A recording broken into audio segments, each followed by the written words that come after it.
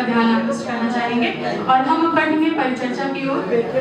पुस्तक है जागा हुआ सा कुछ, जो काव्य कृति है, उस पर परिचर्चा के लिए हम हमारे उपस्थित गणमान्य वरिष्ठ साहित्यकारों को आमंत्रित करेंगे।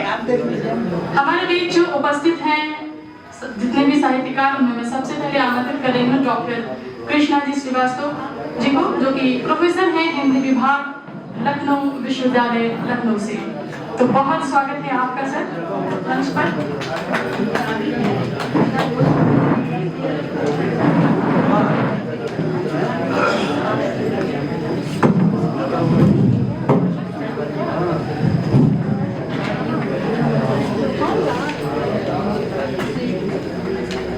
Maitreyi global foundation committee Uttar Pradesh द्वारा आयोजित डॉक्टर राकेश रेशम की नव प्रकाशित काव्य कृति जागा हुआ सा कुछ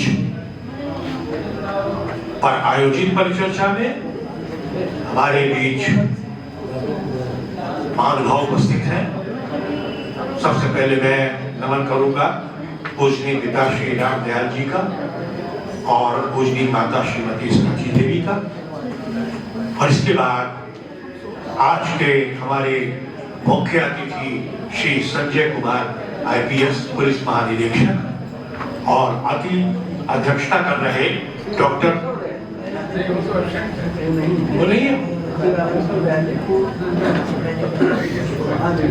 तो श्री रामेश्वर दयाल जी उपस्थित हैं। मैं उनके स्थान पर सादर उनका अभिनंदन करता हूँ, नमन करता हूँ। वे सदैव, मैं तो उनका नाम लेता ही अभी, लेकिन मुझे लगा शायद देर सवेर आ गए हो और मुझे पता नहीं लगा, लेकिन कार्ड में आपके उन्हीं का नाम छपा हुआ है, तो जहां कहीं भी हो उनका अभिनंदन।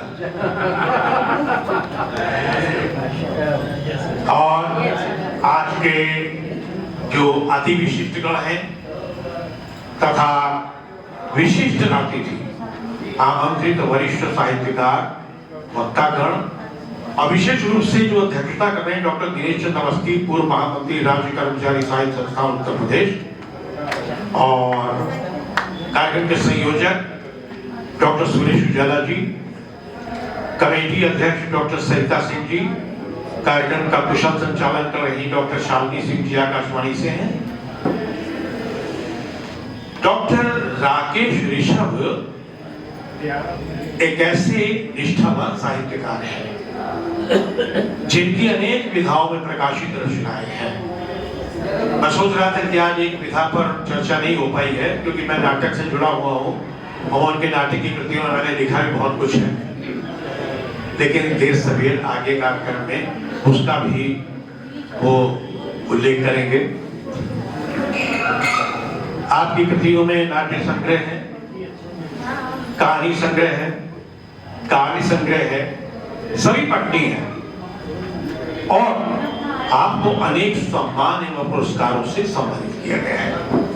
विशेष उल्लेख की बात ये है, ध्यान देने वाली बात है महोदय, कि आप अनेक शासकीय उच्च पदों पर रहकर समस्त दायित्वों का कुशल निर्वाह करते हुए भी आप निरंतर साहित्य के सर्जना करते रहते हैं। वैसे तो विकल्प रूप में अनेक साहित्यकार हैं जो प्रशासनिक पद से जुड़े हुए हैं, साक्षात हमारे बीच मौजूद है दिनेश अवस्थी जी भी।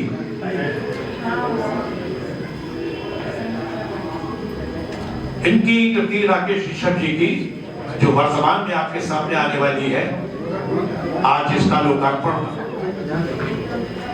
जागा हुआ सब कुछ एक विलक्षण काव्य संग्रह है, जिसकी प्रत्येक रचना जीवन से जुड़े विविध आधारभूत तथ्यों पर आधारित है, जो पढ़ने के बाद कुछ चिंतन करने पर विवश करती है, कुछ सोचने पर जोर डालती है। मैं अधिक न कहते हुए कुछ रचनाओं को मैंने लिया। वैसे तो इनकी पूर्ण कृति जागा हुआ सब कुछ बड़ी गंभीरता से पढ़नी है। अन्य पुस्तकों की तरह उसको आप हल्के फुल्के वातावरण में न पढ़िए, मेरा विशेष अनुरोध है, क्योंकि उसके अंदर आध्यात्मिक और चिंतन परक कविताएं हैं। और मैं आपने इनको ऋषभ जी को आज अभी आपने सुना, आपको लगा होगा कि लंबा कार्यपाठ है, लेकिन अभी भी मैंने देखा कि जो कविता मैंने इनके मुख से सुनी है, आप हम सब बड़े भाग्यशाली हैं कि कविताओं को रचनाकार के मुख से स्वयं सुनने का अवसर प्राप्त हो। ये बड़े सौभाग्य की बात है। आप सभी को और हमको, हम लोग भाग्यशाली हैं। तो मैं उन्हीं में से एक कविता निकाली है, जैसे तृप्ति। लेकिन तृप्ति हर व्यक्ति चाहता है, कौन नहीं चाहता? जीवन के अनेक आयाम है, सब में वो चाहता है कि मुझे संतुष्टि मिले। ऐसे विषय पर इन्होंने चंद पंक्तियां लिखी हैं, छोटी छोटी कविताएं हैं, लेकिन नई शैली में लिखा है इन्होंने, छंदबद्ध नहीं लिखा। आज की जरूरत नहीं है वही नई कविता का। मैं वाल्मीकि के रूप में कुछ पंक्तियां पढ़ता हूं। वासना से नहीं होती तृप्ति। बड़ी बड़ी पार्टियों में जाते हैं, खूब अच्छी दावतें उड़ाते हैं, आज तृप्ति मिली भाई, ये दावत थी। ना ना ना ना ना, बड़े बड़े होटलों में आए, यहां मुझे ठिकाया गया, आज तृप्ति मिली। वासना से नहीं होती तृप्ति, रह जाता है अभीप्सित, अतृप्त रह जाता है। भोगों से नहीं होगे तृप्त, रहोगे अतृप्त। अरे भाई, तृप्ति का केंद्र तो कहीं और है, जिस पर आपको विचार करना है। ये कविता में आगे कुछ नहीं कहते, आपके छोड़ देते हैं। आप विचार करिए, चिंतन करिए। और ऐसे ही एक और कविता मैंने चुनी इनकी, जो आज का जीवन क्या शाश्वत जीवन का है तत्व, प्रेम। प्रेम पर लिखा इन्होंने। प्रेम पे हमने तो बहुत पुस्तकें पढ़ी, और प्रेम पर तो सारी फिल्में बनती रही हैं, न जाने कितनी लव स्टोरी, न जाने क्या क्या बनाते हैं प्रेम है। अभी नया साल आने वाला है, और देखिए उसके अंदर आई लव यू दिल बना होगा। बताइए प्रेम को लोगों ने क्या कर दिया है। बड़ी बड़ी चित्रपट पर फिल्में बनाई गई हैं, और प्रेम शीर्षक से भी एक फिल्म आई। लेकिन हमारे कवि महोदय ने जो प्रेम पर लिखा है, बहुत दिन बाद ऐसा विचार पढ़ने को मिला कविता में। मैं कुछ पंक्तियां उसकी पढ़ूंगा, ध्यान दीजिएगा। प्रेम एक घटना है जो घटती है भीतर, फलित होती है अंदर, कम या अधिक नहीं, कम या ज्यादा होती है पसंद। जैसे लोग दावा करते हैं ना प्रेम में, सागर से भी गहरा मेरा प्रेम है। कैसा तोड़ लिया है, 7-7 जन्मों का मेरा प्रेम है। तो आपने कहा कि कम या ज्यादा होती है पसंद, प्रेम नहीं। आप कितना पसंद करते, कितना नहीं पसंद करते, ये मात्रा अपनी पसंद की होती है, लेकिन प्रेम की नहीं। तो कम या ज्यादा होती है पसंद, ना कि प्रेम। और कविताएं नहीं लूंगा, केवल 2 कविताएं और मैंने चुनी हैं जो मुझे बहुत अच्छी लगी हैं। और भी सब कविताएं अच्छी हैं, लेकिन कल ही मुझे संग्रह मिला पढ़ने को, तो ज्यादा पूरा मैं बहुत, लेकिन इतना रात में ही मैंने बड़ा एकांत में, चूंकि बच्चे की एकांत में पढ़ रही थी, ताकि परिवार में कोई सत्य डिस्टर्ब न करे। एक कविता है ज्ञान, ध्यान दीजिएगा भाई। और आपसे मैं अनुरोध करूंगा कि ज्ञान के फेर में बहुत लोग घूमते रहते हैं कि कहीं से ज्ञान प्राप्त हो। ज्ञान की कोई डिग्री नहीं है, और वास्तव में सही बात है। हम लोग जो कहते हैं, हमारे बीच मौजूद हैं, आपने फला यूनिवर्सिटी से पीएचडी की है, और पीएचडी ने डीलिट की है, आप विद्यावाचस्पति हैं। आप क्या क्या लेकर की विद्वता आप नहीं बताते हैं। अरे भाई, ज्ञान की कोई डिग्री नहीं है, सब अज्ञान की डिग्रियां हैं। कड़वी बात कहती है, देखिए, सब अज्ञान की डिग्रियां हैं, बहुत बढ़िया, जो सूचनाओं से लदे होने का प्रमाण पत्र है। सत्य तो ये है। अगर ये कहा जाए, आप अगर ये कहें भाई मैं तो सूचना का संग्रह करता हूँ, मेरे मतलब सूचना संग्रह, मैं अधिष्ठाता नहीं हूँ ज्ञान का। कोई कम ज्ञानी, कोई अधिक ज्ञानी, ये असंगत है। आप देखिए आपके बीच में बैठे हैं, जो पीछे बैठे हैं, हमारे चौहान साहब पीछे बैठे हैं, देखिए कितने ज्ञानी हैं, लेकिन सूचनाओं का संग्रह अपार है उनके पास, अपार अनुभव है उनके पास, और अहम तो है ही नहीं। आज मैं ऋषभ जी की कविताओं में एक तत्व तो मैंने पकड़ा, इनकी कविताओं में दार्शनिकता तो है ही है, अध्यात्म तो है ही है। ऋषभ जी है कहाँ?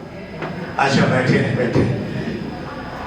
लेकिन एक तत्व आज मैंने पढ़ा, अस्तित्ववाद, जो इन्होंने कविताएं पढ़ी कि हम अपने अस्तित्व को भूल बैठे हैं।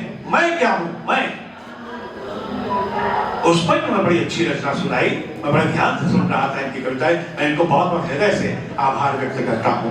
तो कोई कम ज्ञानी अधिक ज्ञानी ये असंगत है।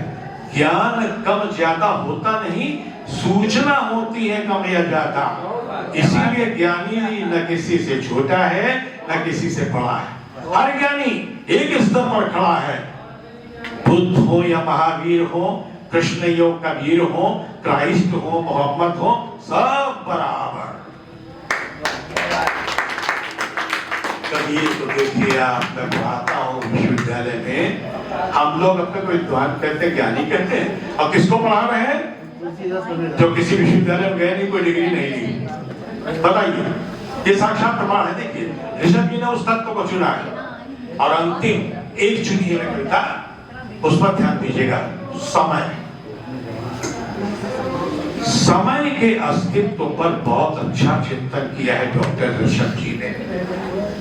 ये कविता को सोचने पर मजबूर करती है, और भटकाव के प्रति, जीवन में जो भटकाव है उसके प्रति चेतावनी देती है। अब भाई देखिएगा, आपको मैं ध्यान दीजिएगा, बहुत महत्वपूर्ण बात कहने जा रहा हूं। कुछ लोग क्या कहते हैं? समय पर सब कुछ होता है, समय से पहले कुछ नहीं होता।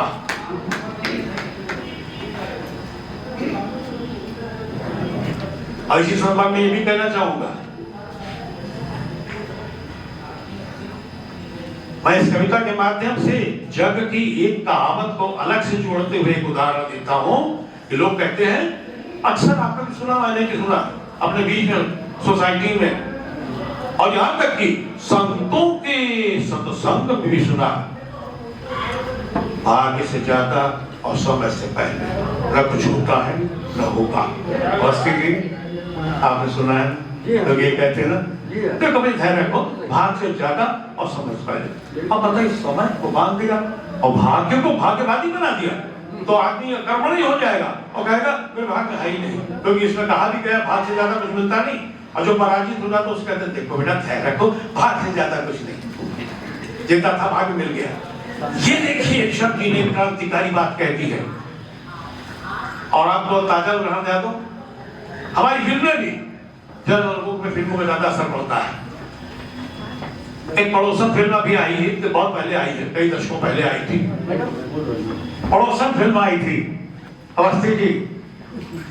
उसमें एक वाक्य नायिका के पिता कहता है, लड़की की शादी की बात हो रही, तो माँ कहती चिंता नहीं कर, तो कहते अरे भाई जब जब जो होना है तब तब शुरू होता है।